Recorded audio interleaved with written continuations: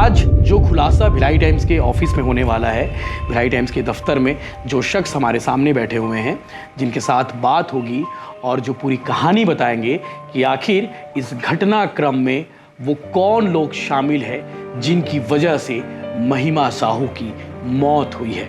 महिमा साहू का एक्सीडेंट नहीं था। गाड़ियाँ तेज रफ्तार में चलाते हुए ड्रिफ्ट वगैरह मारते हुए आ रहे थे, जिसमें से एक बार ड्रिफ्ट मारा, इन्होंने 2 बार मारा, तीसरी बार इन्होंने वही चीज रिपीट करने की कोशिश की। कर रहा था वधवानी ड्राइविंग सीट में बैठा था, तो उसने सोचा कि डूंगरगढ़ जाते पद यात्रियों के साथ थोड़ा मस्ती किया जाए, उनको डराया जाए, जिसमें से महिमा जी थी हमारी। तो वो चला रहा था, तो वो ओवर एक्टिंग करने के लिए वो सोचा कि आंटी के सामने जाके ऐसे रोक दूंगा उसको डराने के लिए।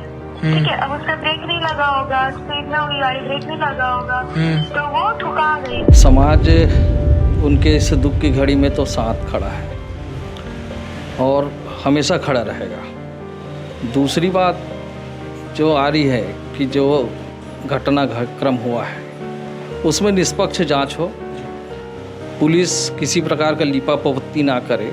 पूछताछ सबसे होनी चाहिए, पूछताछ मित्तल से भी होनी चाहिए, क्योंकि ये सामने बात आ रही है कि मित्तल और वाधवानी को बचाने की तैयारी चल रही है और इसीलिए ये राजू नाम का एक युवक सामने आ गया, इसीलिए एक ध्रुव नाम का युवक सामने आ गया। पुलिस अगर सही तरीके से जांच करे तो महिमा साहू को न्याय जरूर मिलेगा। नमस्कार, जय जोहार, जय छत्तीसगढ़। मैं यशवंत साहू और आप देखना शुरू कर चुके हैं भिलाई टाइम्स और आप इस वीडियो को लास्ट तक जरूर देखिएगा, क्योंकि महिमा साहू केस में कुछ तो झोल हो रहा है। पुलिस की जांच पर सवाल उठ रहे हैं, क्योंकि अभी तक जिस वक्त ये वीडियो बन रहा है इस वक्त अभी तक थार का ना मालिक पकड़ा गया है, ना ही वो थार चालक पकड़ा गया है और ना ही जिनकी वजह से इतना बड़ा हादसा हुआ जिसमें महिमा साहू जो सीजी स्टेट की टॉपर थी, सीजी बोर्ड की, उसकी जान चली गई, जिनकी वजह से उनकी गिरफ्तारी अभी तक नहीं हुई है, उनके दोषियों के खिलाफ अभी तक कोई कार्रवाई नहीं हुई है। लेकिन जो थ्योरी पुलिस की ओर से बताई जा रही है, जो कहानी पुलिस की ओर से बताई जा रही है, उस कहानी पर भी शक हो रहा है। अब शक क्यों हो रहा है ये भी आपको बताते हैं और पुलिस पर सवाल क्यों उठ रहे हैं ये भी आपको बताते हैं। लेकिन आपको बता दूं कि आज जो खुलासा भिलाई टाइम्स के ऑफिस में होने वाला है, भिलाई टाइम्स के दफ्तर में जो शख्स हमारे सामने बैठे हुए हैं, जिनके साथ बात होगी और जो पूरी कहानी बताएंगे कि आखिर इस घटनाक्रम में वो कौन लोग शामिल है जिनकी वजह से महिमा साहू की मौत हुई है।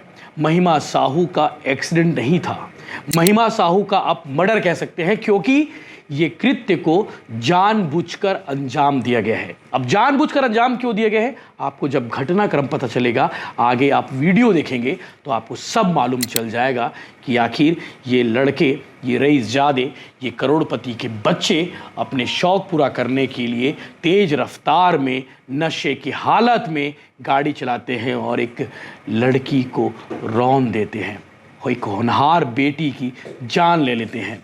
मेरे साथ जो युवक बैठा हुआ है इसका नाम हम नहीं बता सकते हैं, इसकी पहचान हम उजागर नहीं कर सकते हैं, लेकिन जो घटनाक्रम कल जो हुआ रात से लेकर सुबह तक वो सब इन्होंने बहुत करीब से देखा है।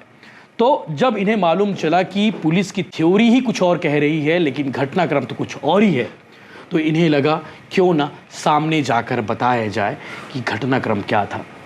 अब चूंकि मामला इतना बड़ा हाई प्रोफाइल हो चुका है, जो लोग इसमें शामिल हैं वो काफ़ी ऊंचे लोग हैं, इसीलिए इनकी पहचान हम आपको नहीं दिखा सकते हैं, लेकिन ये जो कहानी बताने वाले हैं उसकी बात पर आपको भरोसा इसलिए करना पड़ेगा क्योंकि उन लोगों से सीधे कनेक्ट भी है और सीधे जुड़े हुए हैं। नाम नहीं बताएंगे, पहचान उजागर नहीं करेंगे और सबसे शर्म की बात यह है कि जिन्होंने इस कृत्य को अंजाम दिया है वो 18 साल से कम है।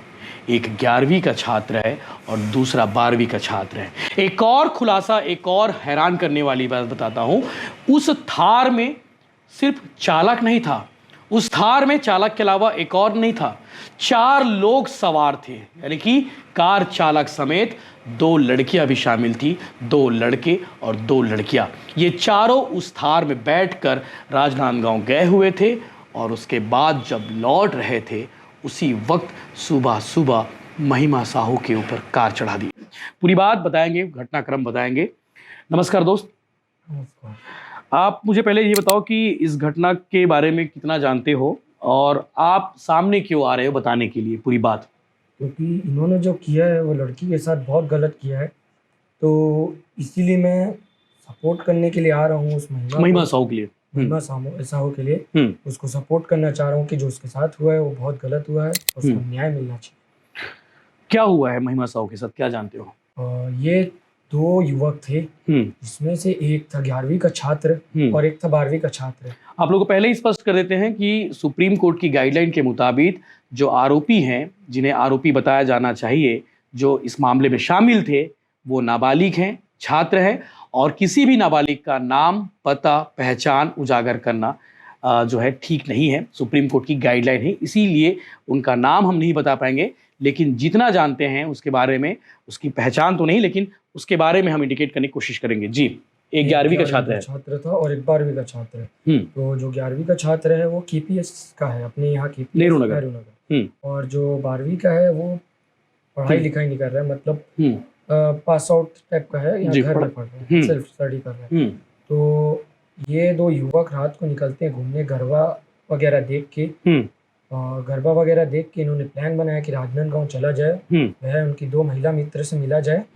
तो यह युवक जी, ये कितने समय की बात होगी? ये कितने समय घर से निकलते हैं यहाँ से? 3 बजे के आसपास। 3 बजे के आसपास। 3 बजे के आसपास यह युवक अपनी महिला मित्र से मिलने। ये तो रात की बात होगी, उससे पहले क्या हुआ था?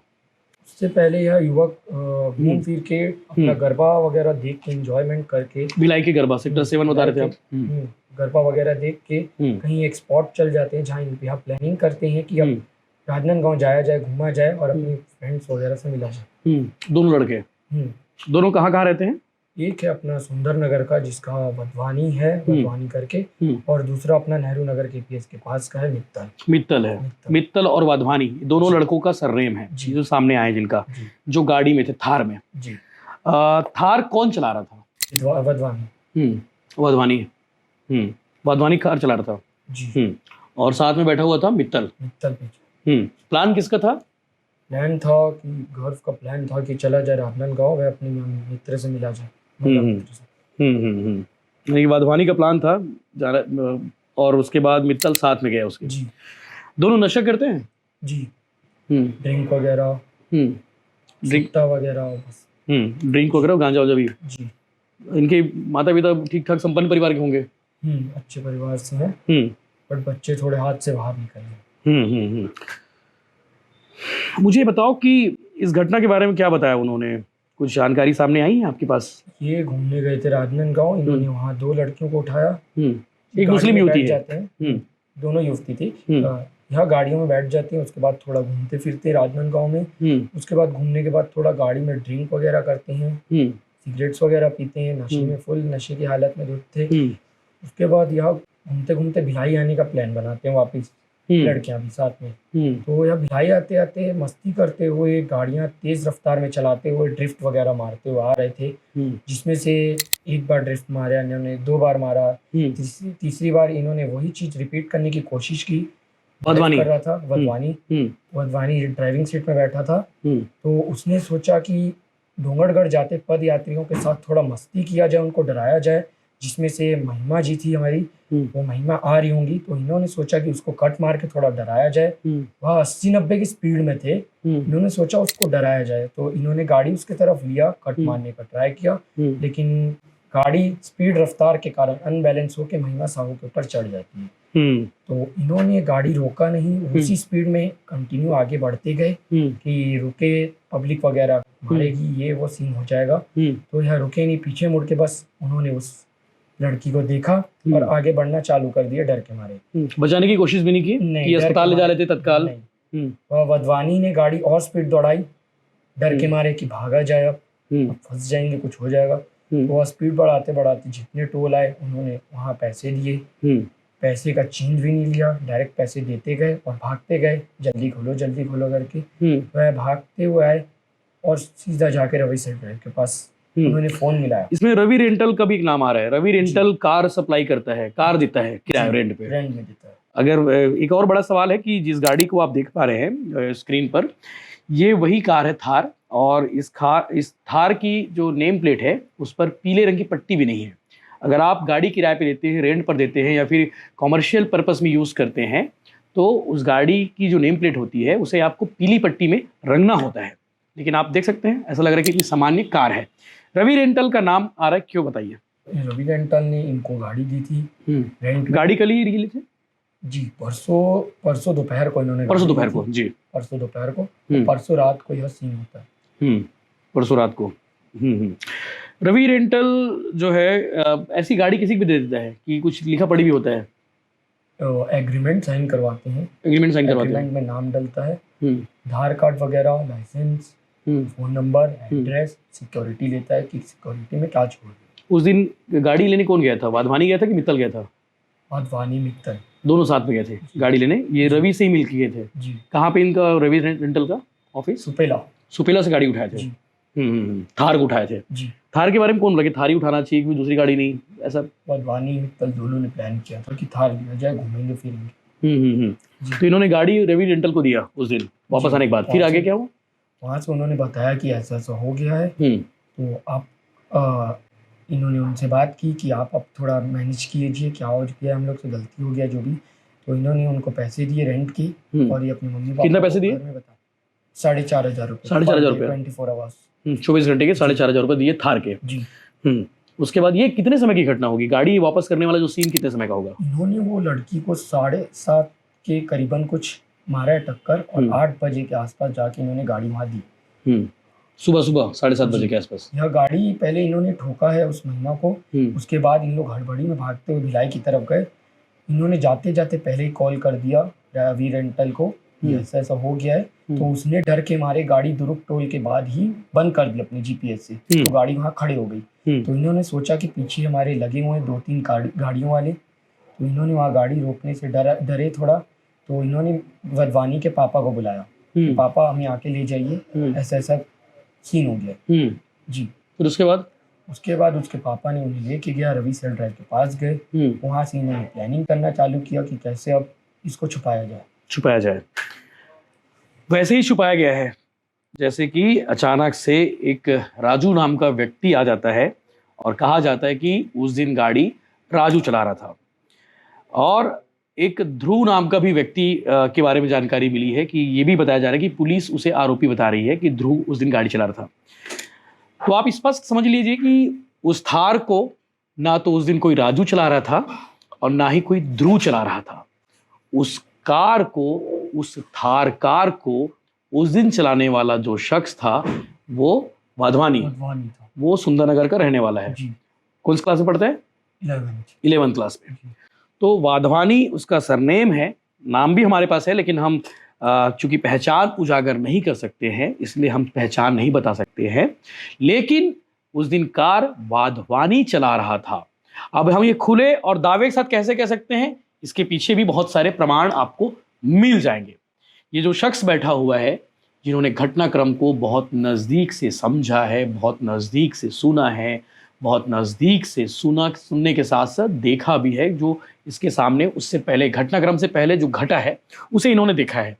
एक और चीज़, अगर पुलिस CDR खंगाले, अगर पुलिस इन दोनों वाधवानी और मित्तल का कॉल, लोकेशन, सब कुछ खंगाले कि उस घटना के दिन ये दोनों कहां थे। इसके साथ साथ ये जो राजू के बारे में पता चल रहा है कि एक ध्रुव के बारे में पता चल रहा है कि गाड़ी ध्रुव चला रहा था, राजू चला रहा था, ऐसी थ्योरी आ रही है। क्योंकि जिसकी कार है ये रजत सिंह नाम है, और रजत सिंह का कहना है कि उसने अपनी कार अपने ड्राइवर राजू को दिया था। मैंने रजत सिंह से बात की, रजत सिंह से पूछा कि रजत जी आप बताइए मुझे कि राजू कहाँ रहता है, उस दिन कार लेकर कहाँ गया था। तो रजत जी का कहना है कि कार वो लेकर गया था, मुझे नहीं मालूम कहाँ लेकर गया था, लेकिन कार राजू चला रहा था। ये रजत के हिसाब से। पुलिस का कहना है कि कार ध्रुव चला रहा था। अजीब है, मतलब सोचिए एक ही गाड़ी को एक ही टाइम में कितने लोग चला रहे हैं। सबकी अपनी अपनी कहानी है, सबकी अपनी अपनी थ्योरी है। लेकिन इस वीडियो में जो शख्स बैठा हुआ है, जिसने पूरे घटनाक्रम को बहुत करीब से देखा है, उनके हिसाब से वाधवानी कार चला रहा था। अब पुलिस के लिए पुलिस को अपना जांच बदलना चाहिए, जांच का एंगल बदलना चाहिए ताकि महिमा साहू को न्याय मिले। महिमा साहू होनहार बेटी थी। साहू समाज भी इसमें आगे आया है। साहू समाज के प्रदेश अध्यक्ष डॉक्टर नीरेंद्र साहू ने इस मामले में भी बातचीत की है, साहू समाज के लोगों को आगे किया है। उन्होंने कहा है कि परिवार से मिला जाए। आज चूंकि अंतिम संस्कार हुआ महिमा के अंतिम संस्कार के वक्त साहू समाज का जो पूरा प्रतिनिधिमंडल है वो साथ खड़ा रहा परिवार के साथ इस दुख की घड़ी में। और साहू समाज ने भी डिमांड की है इस मामले की उच्च स्तरीय जांच हो। अब पुलिस के सामने ये सवाल है कि पुलिस ये पता करे कि उस दिन घटनाक्रम के वक्त वाधवानी और मित्तल कहाँ थे, वाधवानी और मित्तल का क्या कॉल और क्या उसका लोकेशन, सीडीआर, सब कुछ उस दिन नहीं मिल रहा था, या फिर जिसे पुलिस ने पकड़ा है, जिसे पुलिस बता रही कि ये गाड़ी यही चला रहा था, इसका भी पता करे कि ये उस दिन घटनाक्रम के दिन कहाँ था। इसके साथ साथ जो थ्योरी सामने आई है, जो टोल नाके में ये हड़बड़ाते हुए भागे हैं, ये दोनों उस टाइमिंग को भी देखे पुलिस कि इन्होंने 500 रुपये दिया, 500 रुपये देने के बाद ये दोनों वहाँ से बिना चिल्लर पैसे लिए वहाँ से भाग गए। रवि रेंटल से भी पूछताछ होनी चाहिए, रवि रेंटल को भी बुलाना चाहिए।